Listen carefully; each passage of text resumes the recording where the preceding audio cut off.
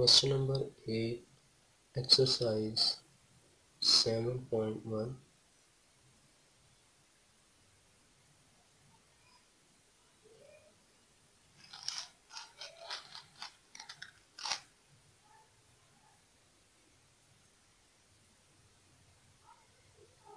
Question number 8, y cube plus x square y plus 2xy square minus y plus 1 is equal to 0। जैसा कि आप लोग जानते हैं क्वेश्चन नंबर 1, 2 और बाकी के पिछले क्वेश्चंस में मैं आप लोग को बता चुका हूँ कि असिम्प्टोट्स इसमें हमने फाइंड करने हैं इस एक्सरसाइज में। तो असिम्प्टोट्स के बारे में मैं पहले भी आप लोगों को बता चुका हूँ। सपोज कि हमारे पास कोई एक कर्व है और अगर कोई भी लाइन जो कि कर्व को टच करे किसी पॉइंट पे तो उसको हम टेंजेंट लाइन कहते हैं। अगर वो टच नहीं करती, उससे कुछ फासले पर उसके पास से गुजर जाती है कर्व के, तो वो असिम्प्टोट कहलाती है।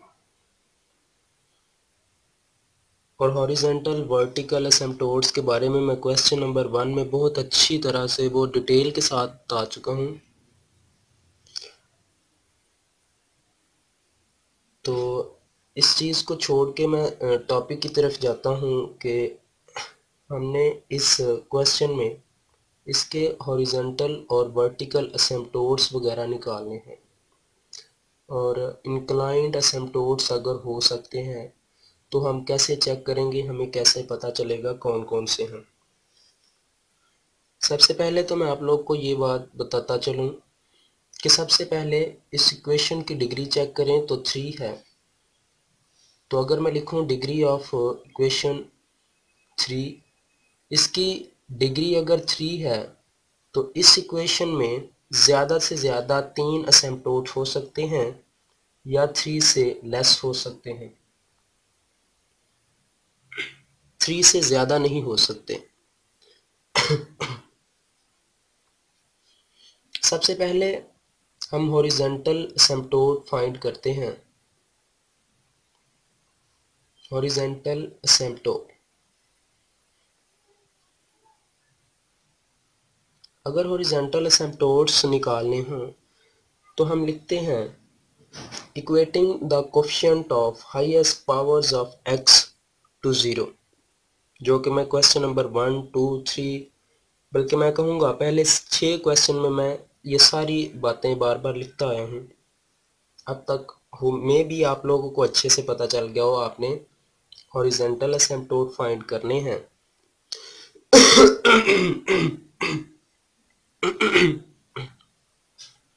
मेरा थोड़ा सा गला खराब है, इसलिए आप लोगों को ऐसे ही वीडियो देखना पड़ेगा ये सारे का सारा। तो जैसा कि मैं आप लोगों को बता चुका हूं पहले ही कि हॉरिजॉन्टल असिम्प्टोट अगर निकालने हो तो हाईएस्ट पावर ऑफ एक्स की जो बड़ी से बड़ी पावर है उसका जो कोफिशिएंट है वो y है, उसको हमने 0 के इक्वल पुट करना है तो हमारे पास हॉरिजॉन्टल असिम्प्टोट आ जाएगा। इसी तरह हमने वर्टिकल असिम्प्टोट फाइंड करना है। वर्टिकल असिम्प्टोट,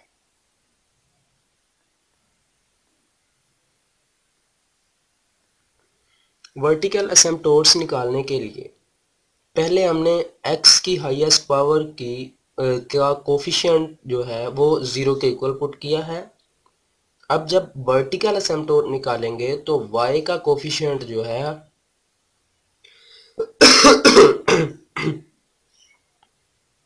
y की हाईएस्ट डिग्री का कोफिशिएंट उसको हम 0 के इक्वल करेंगे। यहाँ पे y क्यूब का कोफिशिएंट 1 है तो मैं लिख दूंगा 1 इज इक्वल टू 0, जो कि मीनिंगलेस है। इसके बारे में मैं ऑलरेडी आप लोगों को बता चुका हूँ पिछले क्वेश्चंस में। अगर आप लोग एक तसलसल के साथ मेरी सारी वीडियोस देख रहे हैं तो इस क्वेश्चन तक आप लोगों को ये पहले 2 मेथड ऑलरेडी आते होंगे।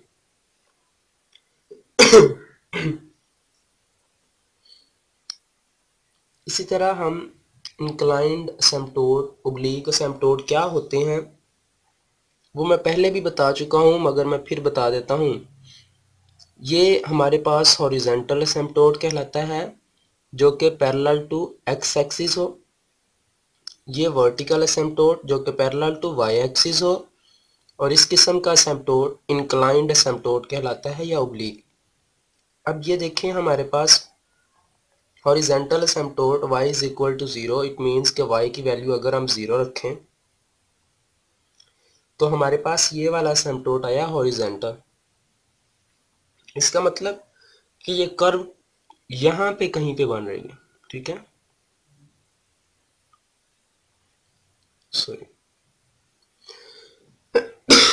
इस किस्म की कोई कर्व है जो कि इसके ऊपर से गुजर रही है या नीचे से, में भी हो सकता है इधर, वो हम इंक्लाइंड एसिम्पटोट निकालने के बाद ही कंफर्म करेंगे। सबसे पहले हम इंक्लाइंड एसिम्पटोट निकाल लेते हैं।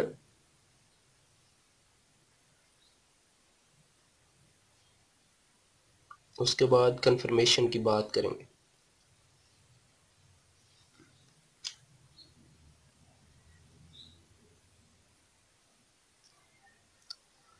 इंक्लाइंड एसिम्पटोट हम निकालने जा रहे हैं।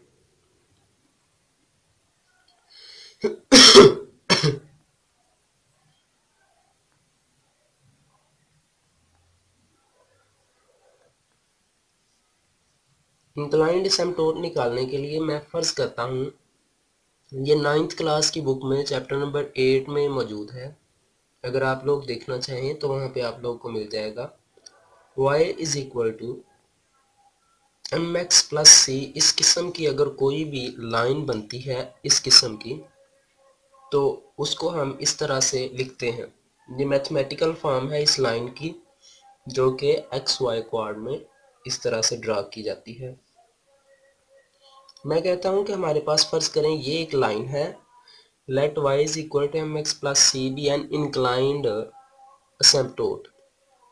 इस तरह का कोई एसिम्पटोट है, ठीक है। तो इसमें हमें बेसिकली एक और दो चीज़ें रिक्वायर्ड हैं। m और c की वैल्यू अगर हमारे पास आ जाती है तो हम इंक्लाइंड एसिम्पटोट की इक्वेशन निकाल सकते हैं।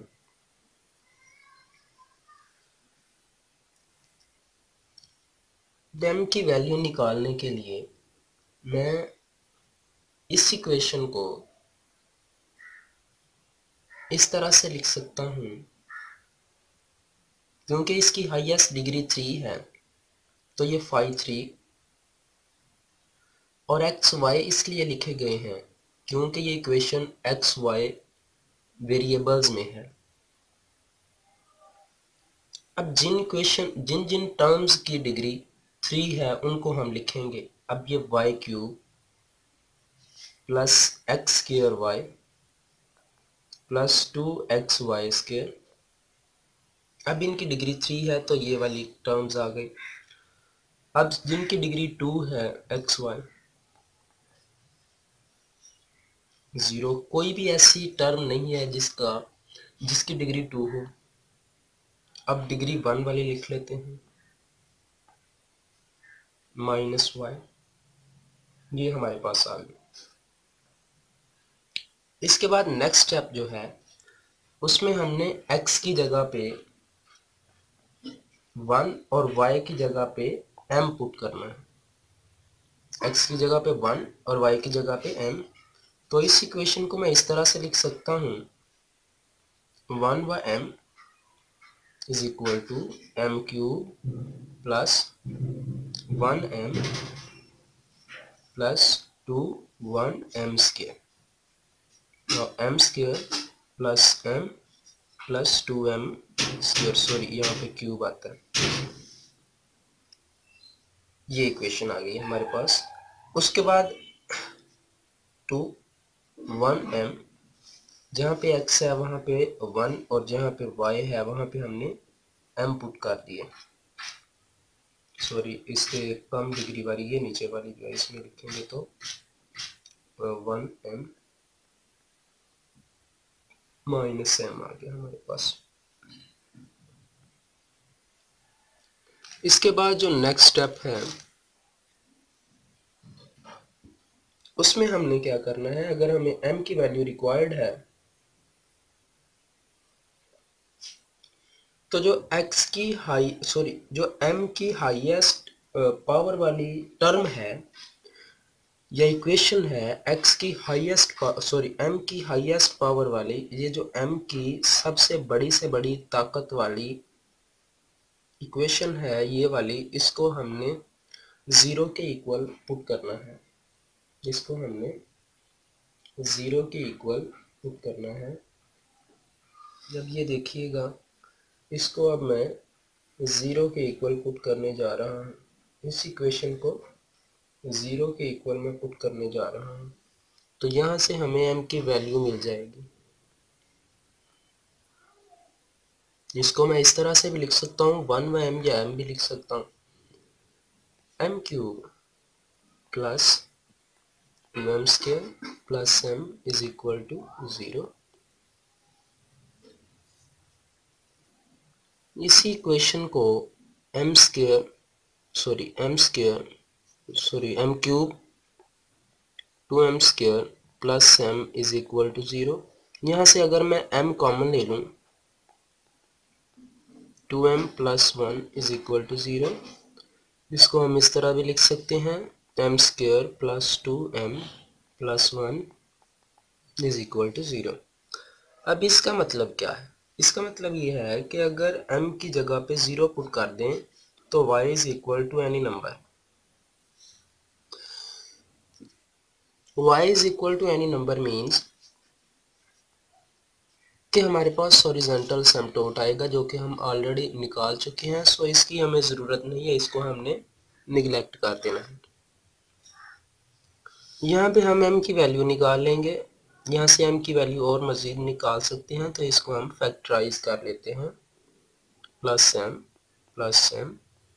1 is equal to 0, m common m plus 1 common m plus 1 is equal to 0, m plus 1 is equal to 0। इसको हम इस तरह से लिख सकते हैं इज इक्वल टू 0, या फिर हम इसको सेपरेटली सॉल्व कर सकते हैं। इसको ऐसे भी सॉल्व कर सकते हैं m is equal to -1, m is equal to -1। अगर आप लोगों को याद हो कि इस टाइप का क्वेश्चन जिसमें m की वैल्यू लीनियर आती हो, m की वैल्यू रियल आती हो और रिपीटेड आती हो, उस किस्म की इक्वेशन में हम c की वैल्यू फाइंड करने के लिए जो फार्मूला यूज करते थे वो c²/2, जो बड़ी से बड़ी m की पावर वाली टर्म है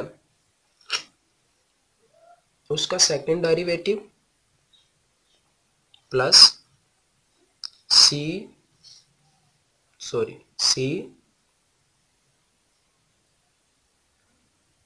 5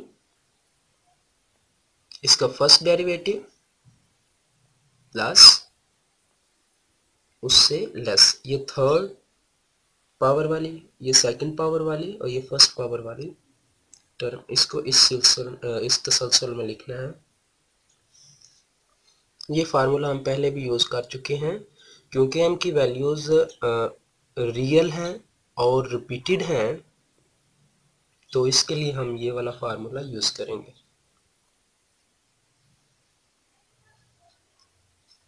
अब इसी इक्वेशन को मैं इधर सॉल्व करने जा रहा हूँ। c²/2 by second derivative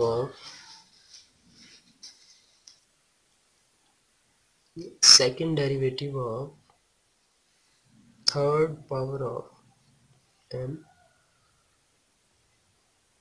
plus c by second first derivative m plus 1 of m is equal to 0। अब यहाँ पे हमें दो चीज़ें रिक्वायर्ड हैं, ये ऑलरेडी हमारे पास मौजूद है। अब इस इक्वेशन का मैं सेकंड डेरिवेटिव फाइंड करने जा रहा हूँ। इस इक्वेशन का मैं यहाँ पे सेकंड डेरिवेटिव का लिख देता हूँ, आप लोगों को आता तो होगा, plus m plus 2m square.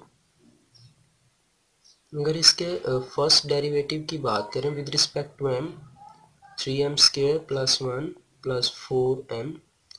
इसी तरह इसका second derivative with respect to m, 6m plus 0 plus 4, in other words 6m plus 4, ये हमारे पास आ गया। ठीक है, इसका सेकंड डेरिवेटिव, इसको हम इधर लिख देते हैं सी स्क्वायर ओवर 2 6m प्लस 4 सी।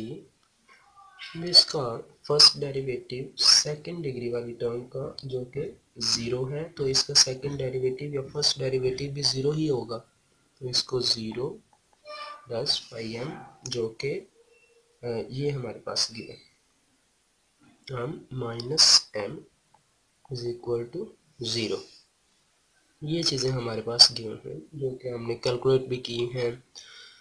तो इसमें से हम 2 कॉमन ले लेते हैं इसमें से, तो ये बच जाएगा 3m प्लस 2, ये 0 minus m is equal to 0, ये 2 से कट गया, C square 3m plus 2 minus m is equal to 0।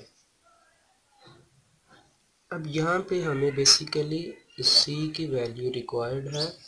अगर हम m की वैल्यूज यहाँ पे पुट करें तो हम c की वैल्यू निकाल सकते हैं। अब मैं यहाँ पे c की वैल्यू m की वैल्यू पुट करने जा रहा हूँ when m is equal to -1, क्योंकि रिपीटेड है दोनों मरतबा, जो भी आप वैल्यू पुट करेंगे तो एक ही आंसर आएगा। सो मैं लिखता हूँ C square -3 plus 2 -1 is equal to 0, C square -1 plus 1 is equal to 0, और C square is equal to -1, ये minus minus plus, C square is equal to 1। अब इसका अंडर रूट लें तो ये प्लस माइनस 1 वैल्यू आ रही है। अब अगर हम रियल जो हमारी एसिम्प्टोट की इक्वेशन है, जो ओरिजिनल फॉर्म है इंक्लाइंड के लिए, वो ये है। अब इसकी वैल्यू मैं इधर लिखने जा रहा हूँ, इसमें वैल्यूज सी की और एम की पुट करके देखिएगा, y is equal to M X plus C, y is equal to m की जो वैल्यूज हमने निकाली हैं वो -1 है, और जो c की वैल्यूज हमने निकाली हैं वो +-1 है।